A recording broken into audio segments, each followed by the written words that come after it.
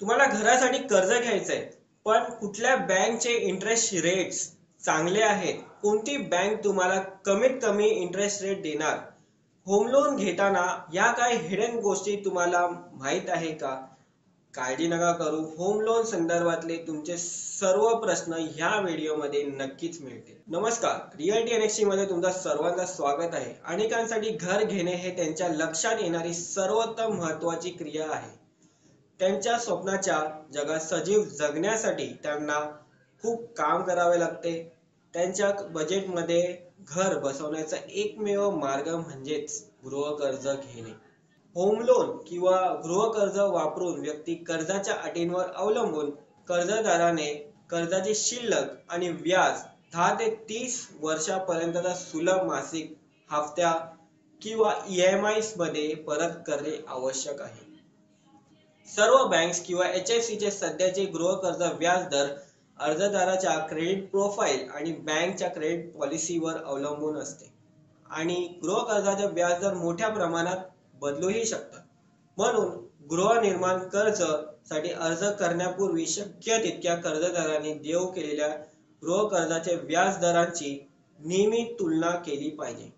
या तुमच्यासाठी काही हाऊसिंग फायनान्स कंपनीज, पब्लिक आणि प्रायव्हेट सेक्टर बँकचे लिस्ट आहेत, ज्यामध्ये इंटरेस्ट रेटची माहिती दिली आहे, जेणेकरून तुम्ही इझिली तुलना करू शकता.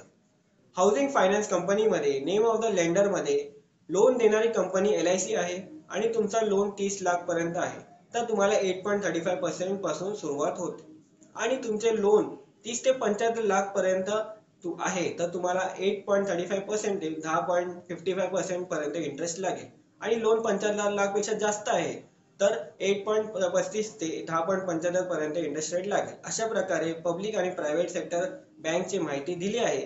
तुम्ही व्हिडिओ पॉज करून स्क्रीनशॉट घेऊ शकता, तिन्ही लिस्ट तुम्हाला दिसते.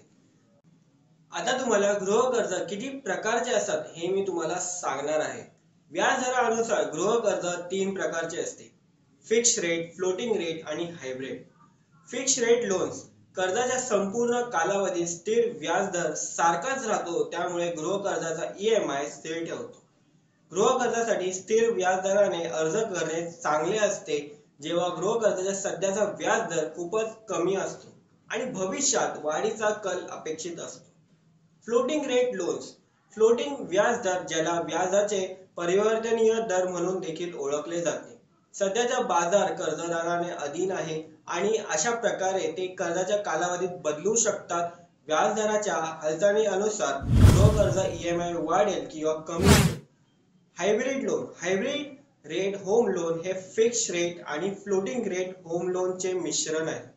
त्यांच्याकडे सुरुवातीला एका निश्चित कालावधीसाठी निश्चित व्याजदर असेल, त्यानंतर तो फ्लोटिंग व्याजदरात बदलेल.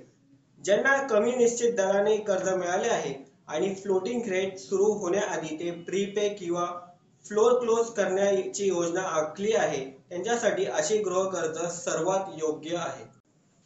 तुमच्या घराच्या कर्जाचा व्याजदर कमी करण्यासाठी काही टिपा आहे का? तुमचे क्रेडिट स्कोअर जास्तीत जास्त उच्च ठेवा, जेणेकरून तुम्हाला कमी व्याजदराने लोन मिळू शकते. महिला सदस्यासह, कारण संयुक्त गृहकर्जाच्या वेळेवर महिला ग्राहकांना व्याजदरात सवलत मिळू शकते. कमी व्याजदरात अर्ज करा. आता उपलब्ध कर्जामध्ये कमी व्याजदराचा अर्ज करून संधी मिळवा.